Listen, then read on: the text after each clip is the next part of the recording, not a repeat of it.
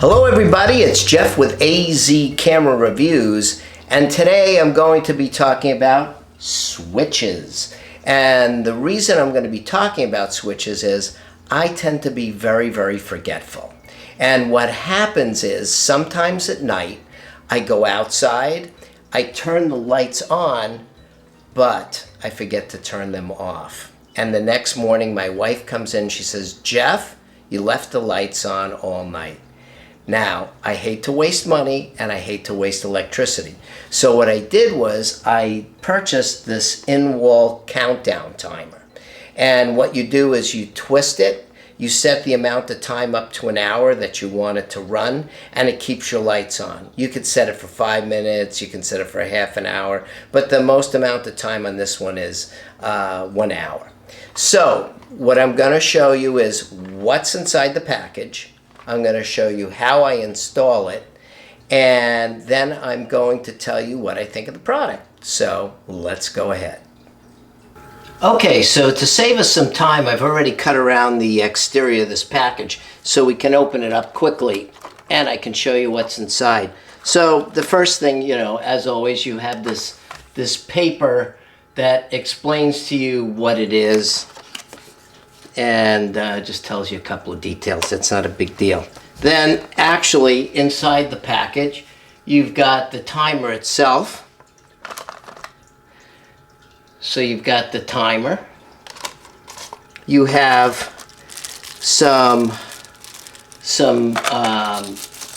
wire nuts, and you have the actual knob, and then you have some mounting screws inside. You have your instructions, and then you have another faceplate. There's a metal silver faceplate, as you can see, is silver colored, and then you have the faceplate that it comes with, which is white. Okay, let's install it. So the first thing that we're going to do is remove these 4 screws, and we're going to remove the knob from this dimmer switch. Now that I've removed all 4 of these screws, I'm ready to take this plate off. Now, one thing I want to stress is before you remove this plate, make sure that all your power going to these switches are turned off. And you can do that by turning the light on and off and looking to see whether the lights are on. So let's remove the plate. Now that I've removed the plate, what I want to do is I want to remove the screws that hold the switches in place. Now that I've removed these 2 screws and I've loosened these 2 screws, I'm ready to pull the original switches out of the wall. And you do that just by pulling forward, like so. That'll expose all the wiring from behind, and you'll see there's some additional wire nuts here that you'll hook your wiring onto.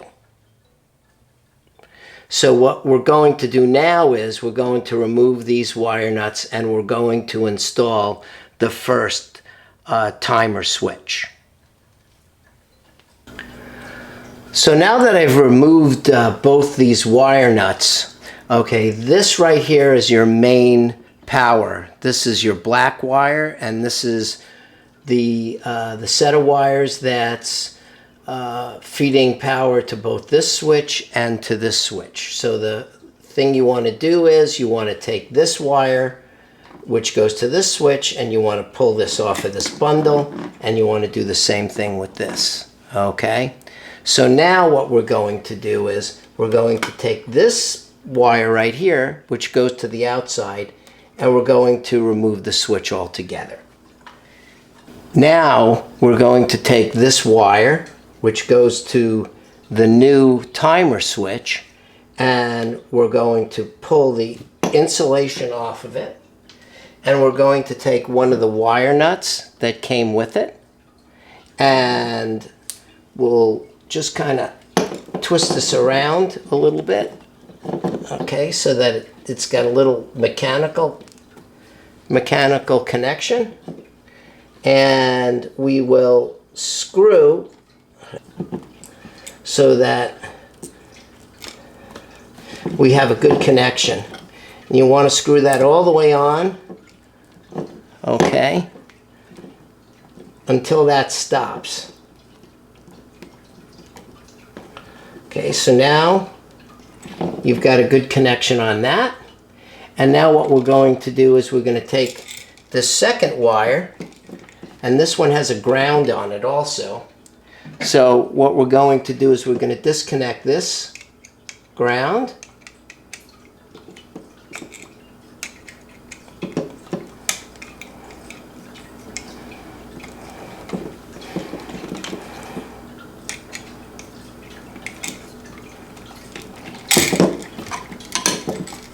And we're also going to disconnect this wire right here.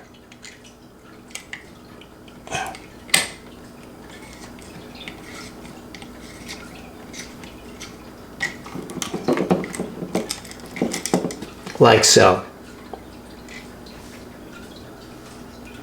So now that the other switch is totally removed, we're going to hook the timer switch over to this wire here, which is the wire that's going to the lamp outside. That's this one. Now remember, this is your main hot side right here, and both switches are going to be hooked to this in a minute. So the thing we're going to do now is we're going to take our second switch, we're going to take one of the wires, and we're going to remove the excess insulation, like so. And then what we're going to do is we're going to take another one of the wire nuts, and we're going to put both of these wires together, like so. Okay. And we're going to screw this wire nut on, like this, till it's tight. Okay, so now we have both switches hooked just up to the lights that are on the outside of the house, and this wire right here is your main power wire. So now what we're going to do is we're going to pull off the insulation from this one wire. Okay, a little difficult to pull them off. And then we're going to disconnect the insulation from this wire. We're going to put them both together, just kind of take them and twist them. And then what we're going to do is we're going to add them to this bundle, and you're going to need a little larger wire nut. So you'll probably have to go out and purchase one of these, and you're going to want to put them all together in one wire nut bundle, like so.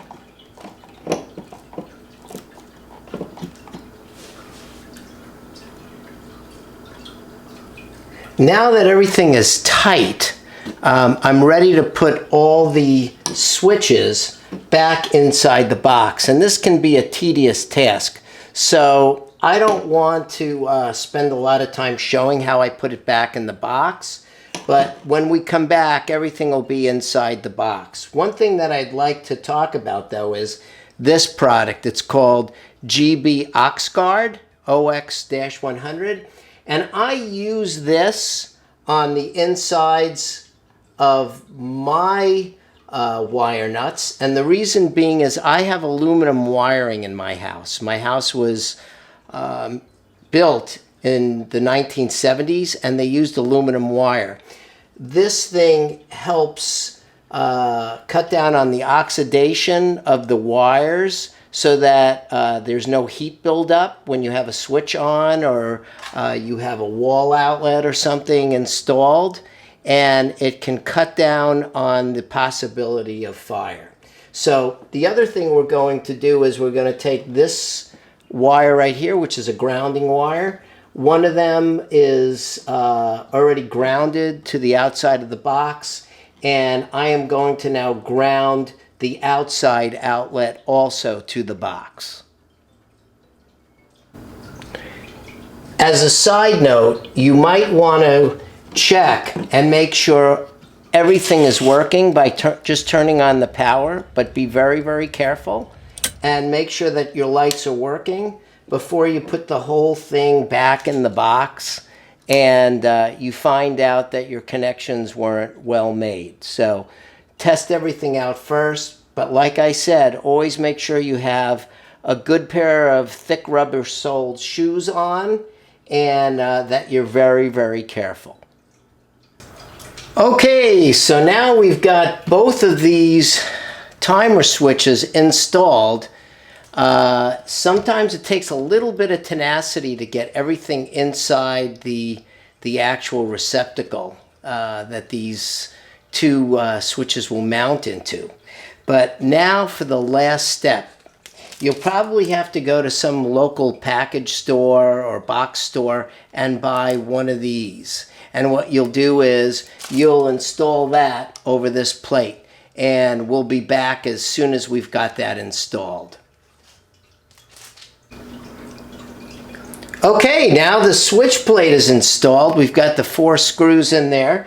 The only things you probably should have left over right now is this little silver plate, which will replace this plate if you want to have a silver plate in there. And the other thing is one of these knobs. And this black knob you can use with the silver plate, or if you want to know which light is different, you could probably just take and switch out your knobs so you know which knob is for which, so that the black knob is for one side and the white knob is for the other. Let's turn them on now and see how they work.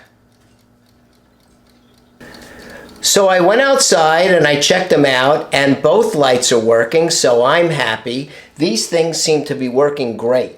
Anyway, I'm going to turn them off, save a little power, and what can I say? I'm thrilled. They work the way I expected them to. This is Jeff with Azcamera Reviews. Please watch us, please like us, please share us, and most of all, please subscribe. Until next time, bye-bye.